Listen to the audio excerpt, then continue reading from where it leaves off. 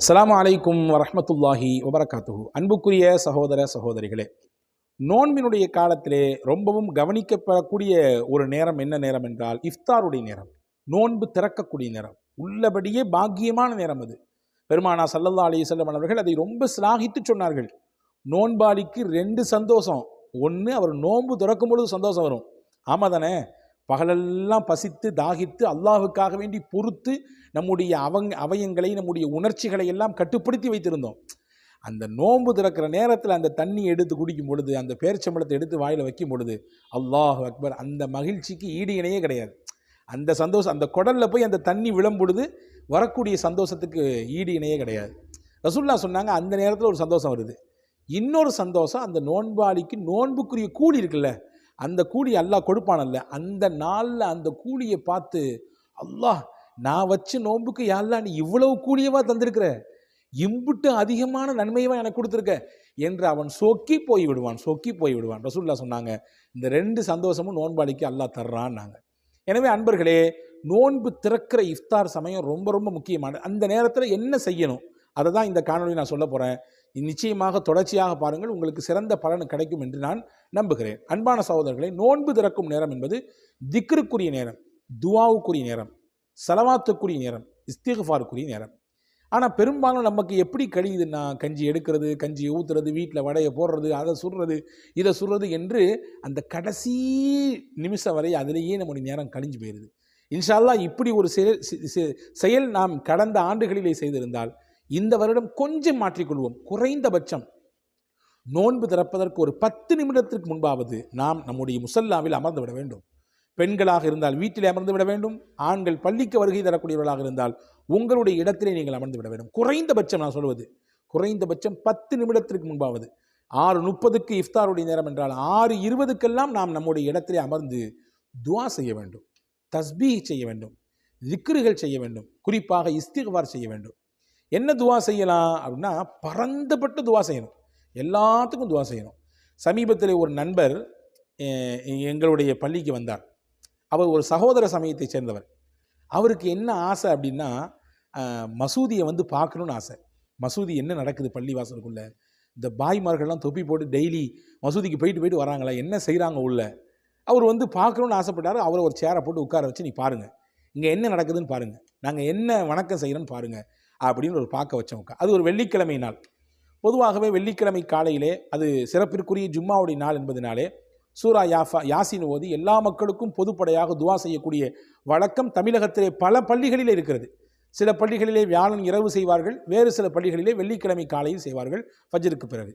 அவர் வந்து உட்கார்ந்தது அன்றைக்கி வந்து வெள்ளிக்கிழமை ஃபஜருடைய சமயம். அது அந்த ஃபஜரில் உட்காந்து தொழுகைலாம் பார்க்குறாரு. அவர் எப்படி தொழுகிறோம், எல்லாம் ஒரே மாதிரி ஒரே சஃப்பில் நின்று, முன்னாடி ஒருத்தர் வந்து அதை செய்கிறாரு, இமாம் வழிகாட்டுறாரு, பின்னாடி இருக்கக்கூடிய மக்கள்லாம் அப்படியே அதை ஃபாலோ பண்ணுறாங்க. அவர் குனிஞ்சா இவரும் குனிகிறாரு, அவர் நிமிர்ந்தா இவங்களும் நிமிர்றாங்க, கீழே தலையை கொண்டு வச்சா இவங்களும் கீழே கொண்டு வைக்கிறாங்க. இப்படி பார்க்குறாரு உட்காந்து எல்லாத்தையும். எல்லாம் முடிஞ்சு யாசின்லாம் ஓதி துவா செஞ்சோம்.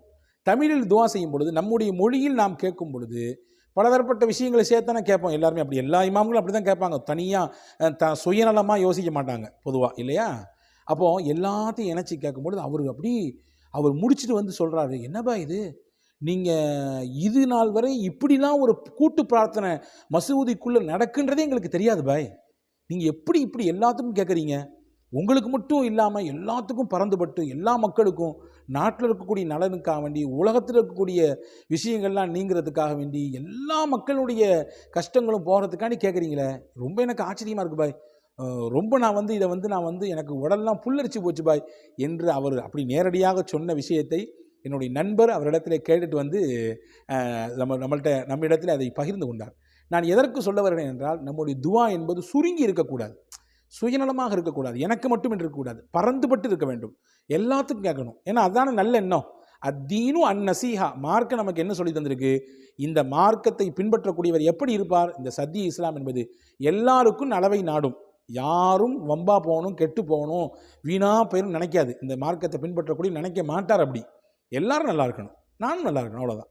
நானும் நல்லா இருக்கணும், எல்லா மக்களும் நல்லா இருக்கணும். அந்த அடிப்படையில் தான் துவா இருக்க வேண்டும். ரசூலுல்லாஹ் சொன்னாங்க, ஒரு முஸ்லீம் துவா செய்கிறார், அடுத்தவங்களுக்காண்டி துவா செய்கிறார். யாருக்காக வேண்டி? இன்னொருத்தருக்காண்டி துவா செய்கிறார். வச்சுக்கங்களேன், ஒரு நண்பர் உங்களுக்கு வந்து சொன்னார், தம்பி டே ஒரே வியாபாரத்தில் நெருக்கடிதான், எங்கே பிஸ்னஸ் போகுது, ரொம்ப கஷ்டப்படுறேன், முதல்ல முடக்கிட்டு உட்காந்துருக்கிறேன், என்ன செய்ய போகிறேன்னே தெரியல, துவா செய்கிறா அப்படிங்கிறாரு. அவருடைய கஷ்டத்தை சொல்கிறார். நீங்கள் உங்களுக்காண்டி துவா செய்யும்பொழுது அவரை நினச்சிங்க, யா அல்லாஹ், என்னுடைய நண்பர், எனக்கு தெரிந்தவர், எனக்கு பக்கத்து வீட்டுக்காரர், எனக்கு ரொம்ப அறிமுகமானவர், என்னுடைய தந்தைக்கு நெருக்கமானவர், அவர் சொன்னார், அவர் ஏதோ கஷ்டப்படுறார் போல தெரியுது வியாபாரத்தில், முதல்ல போட்டு முடக்கிட்டு இருக்கார், யா அல்லாஹ் அவருக்கு நல்ல வழிகாட்டு, அவருடைய வியாபாரத்தில் நீ வெற்றியை கொடு, அவருக்கு எந்த நெருக்கடியும் கொடுத்துடாத அப்படின்னு நீங்கள் துவா செஞ்சுன்னு வச்சு ரசூலுல்லாஹ் சொன்னாங்க. நீங்கள் துவா செஞ்சால் அடுத்தவங்களுக்காண்டி உங்களுக்கு ஏதாவது ஒரு சிரமம் என்று நிர்ணயிக்கப்பட்டிருந்தால் உங்களுடைய கஷ்டத்தை நீங்கள் அவருக்கு செஞ்ச துவாவினால் அல்லாஹ் நீக்கிடுவான். எப்படி நீக்குவான் தெரியுமா? மலக்குகளை கொண்டு நீக்குவான். நீங்கள் அவருக்கு துவா செய்ய கையெடுத்த உடனேயே உங்களுக்கு பக்கத்தில் மலக்கு வந்துடுவார். மலக்கு சொல்லுவார், யா அல்லாஹ், இவர் அடுத்தவருக்கு கேட்குறாரு, அந்த துவாவையும் நீ கபூல் செஞ்சிரு, இவருக்கு இந்த மாதிரி எந்த பிரச்சனையும் வராமல் நீ பாதுகாத்துரு. பார்த்தீங்களா, ஒரே கல்ல ரெண்டு மாங்காய். நீங்கள் கேட்டுட்டீங்கன்னா அவருக்கும் கிடைச்சிரும், அந்த பாதிப்பு உங்களுக்கும் கிடைக்காது. அப்போ இப்படியான துவாவை நாம் எங்கே கேட்க வேண்டும்? இஃப்தாரில் கேட்க வேண்டும். இஃப்தாருடைய சமயத்தில் நம்ம எல்லாத்துக்கும், ஏன்னா துவா அங்கீகரிக்கப்படக்கூடிய நேரம் அது, துவா கபூலாகக்கூடிய நேரம் அது. எல்லா மக்களுக்கும், உலக மக்களுக்கு கேட்கணும், குறிப்பாக கஸாவினுடைய மக்களுக்கு கேட்க வேண்டும், பலஸ்தீன மக்களுக்கு கேட்கணும். உலகம் முழுக்க இருக்கக்கூடிய மக்கள், பல்வேறு விதமான இஸ்லாமிய மக்கள் சிரமத்தில் தத்தளிச்சிட்டு இருக்கிறாங்க. யமன் மக்கள், சிரியா மக்கள், நாம் வாழக்கூடிய இந்திய திருநாட்டில் இருக்கக்கூடிய முஸ்லீம் மக்கள், யூபியில் இருக்கக்கூடிய மக்கள், காஷ்மீரில் இருக்கக்கூடிய மக்கள், இல்லையா, எவ்வளோ பெரிய நெருக்கடிக்கு உள்ளாயிருக்காங்க. அரசியல் அழுத்தத்தினாலே, பல்வேறு விதமான சூழ்ச்சிகளினாலே எல்லா மக்களுக்கும் அடக்கி வளைஞ்சு நாம் அந்த இஃப்தாருடைய நேரத்தில் துவா செய்ய வேண்டும். அதற்கு பிறகு நோன்பு திறக்கிற பொழுது நீங்கள் ஒன்று பேரிச்சம்பழத்தை பயன்படுத்துங்கள், இல்லை என்றால் தண்ணீரை பயன்படுத்துங்கள். இதை தாண்டி முதல் எடுத்த உடனே கஞ்சியை குடிக்கிறதோ, அல்லது வடையை சாப்பிட்றதோ, அல்லது வேறு பஜ்ஜியை சாப்பிட்றதோ, போண்டாவை அப்படிலாம் இல்லாமல் முதலில் பேரிச்சம்பழம் அல்லது தண்ணீர், இதுதான் முறை. ஏன்னா சமைக்கப்பட்ட உணவை கொண்டு நோன்பு திறக்கக்கூடாது. அதாவது என்ன அர்த்தம்? முதல்ல நோன்பு திறக்கும் பொழுது வாயில் அந்த உணவை எடுத்து வைக்கும்போது அந்த உணவு எப்படியா இருக்கணும் அப்படின்னா இயற்கையானதாக இருக்க வேண்டும்.